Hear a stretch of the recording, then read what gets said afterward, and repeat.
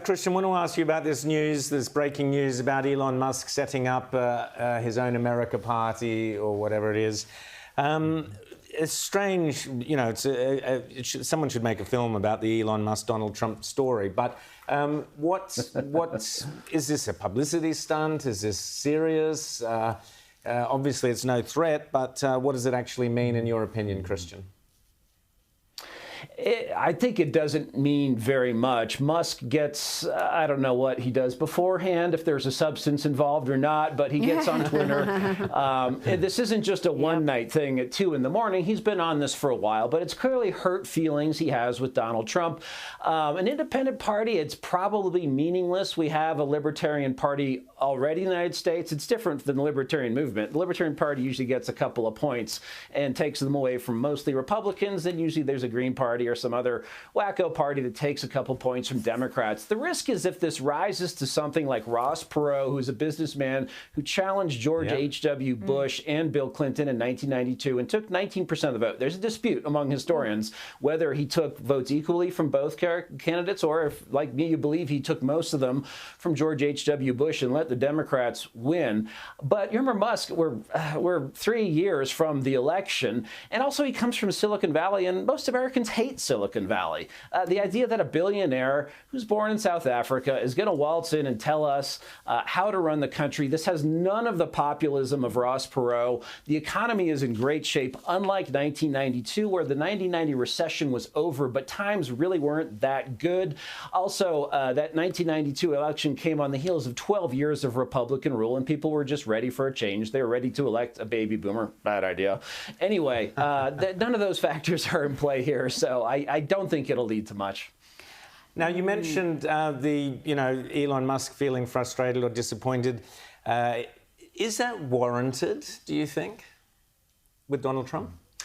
Not really. I think if you had two alpha males in the room, and Musk didn't really seem to know when to leave.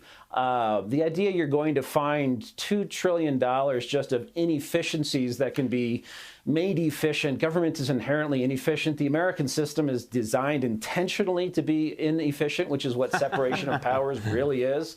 And having a Senate, which is, just intended as a place where legislation goes to die. And we've had before this idea, I mentioned Ross Perot, the idea that you can come in and make government run like business, it's not going to happen. Maybe you could squeeze some efficiencies out. And so I think he overstayed his welcome, overplayed his hand, if you will. And really, if you look at his companies, Tesla and SpaceX and X, which used to be Twitter, all of those could really use his attention right now. They could probably benefit from a CEO, especially if you look at Tesla stock, what it's done this year. He should probably be focused on that and just, leave politics to the politicians and to the citizens. He should, and he is not Ross Perot. He can never run. He's foreign born. He can never be president. So yeah, that's true. And there was polling that CNN actually talked about this week. They weren't happy to do it, but Donald Trump is the most popular president with Republicans in history, more popular than Ronald Reagan after he survived the assassination attempt. So to suggest that there's an appetite for another party right now, I think is a bit odd. I want to ask you about Donald Trump's big win against Paramount. He keeps winning against media companies. Paramount are responsible for 60 Minutes, for CBS. And we know, we played it on this program, that interview they did with Kamala Harris during the election campaign, where it amounted to election interference. They changed her answers. They cut it up in a way to make her seem coherent and strong when her answers were utterly incoherent and just nonsensical. Right. And it's really actually, so in America, especially post sort of 1960s, for a politician, for a public figure to prove liable is very difficult. It's called a standard of actual malice. And essentially, you can say anything you want about someone who's a public figure. And unless you are really, really far out of a ledge, you're not going to be in trouble. But CBS News and before it, ABC News managed to do that. Who knows if they could have prevailed if they actually went to a trial? Because, again, it's a very high standard. But I think what happened here is that parent company, and they're attempting a sale of the company, Sherry Redstone, who sits at the top of all of this.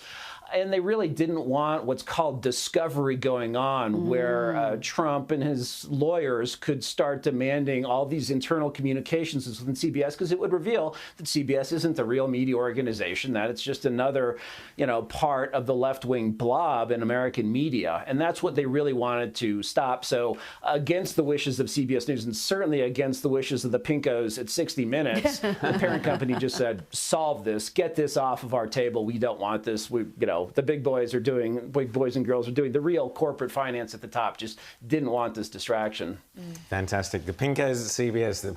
We've got plenty of Pinkos here as well. Don't you worry about that, Christian. That's right. ABC up here is almost as bad as ABC down there. Yeah. Not quite, but you're working on it. Great to chat to you as always. Thanks, Christian Whiton.